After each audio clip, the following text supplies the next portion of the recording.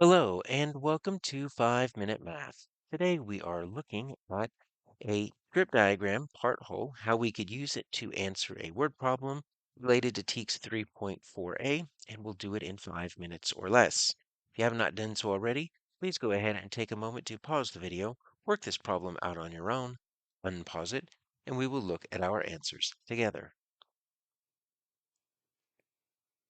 So I know that we can draw a strip diagram here because I noticed that when I was reading this problem, the quantities that they're giving us look like they're parts, and we're actually looking for the whole or the total. Look at this question at the end. How many seashells does she have in all?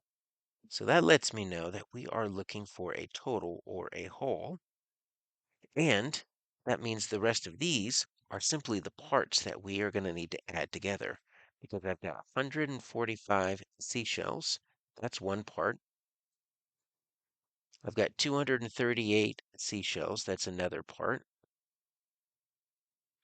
And then she already had 89 seashells from last week. So that is a third part. And so I've got 145, 238, 89. How many seashells does she have in all? That lets me know that's my total. That's what I'm looking for, and that's what I don't know. So I'm going to draw a strip diagram to represent the relationship here, and that's going to help me figure out which operation I need to do.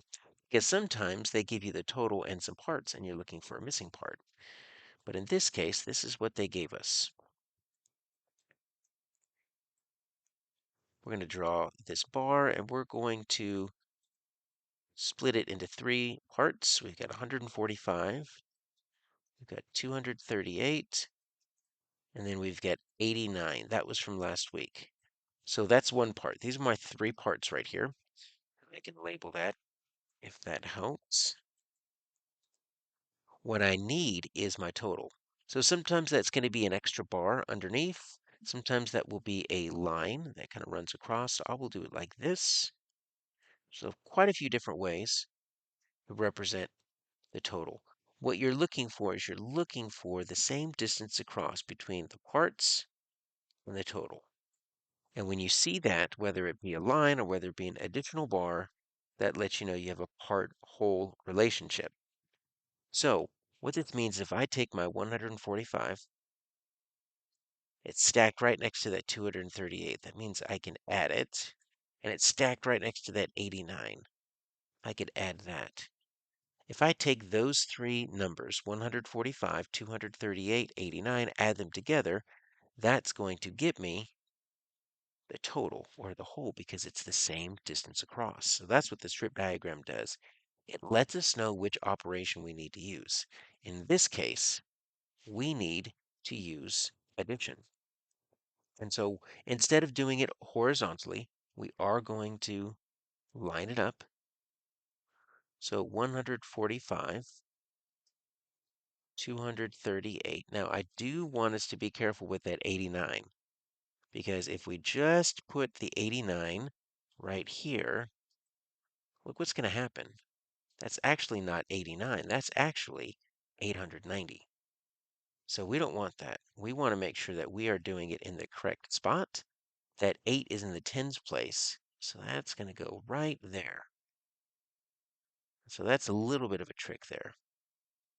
So these two bars, the parts and the total, are equal. And so I'm looking to see what is equal to 145 plus 238 plus 89. Now I add just like normal. And so if you can, we can look for tens. I don't necessarily see numbers that make to 10, so I'm just going to have to add these separately. So 8 and 5 make 13. Then if I add 9 to that, that's going to give me 22. Now I can only put one digit below. In the ones place, 22 is two tens, two ones. So I'm going to take my two tens, I'm going to regroup it over here. Now, before I just add straight down, remember, always look for tens, and I see an 8 and a 2 make a 10. I do that because it's easy to add with tens. Because 4 and 3 make 7, so I've got 7 and 10, that's 17. But really, that's going to be 7 tens, and then 10 tens are going to make an extra 100. And I got 1, 2, 3, 4. So 472 is our answer. And if this were on the STAR test, we would have to type this in, 472.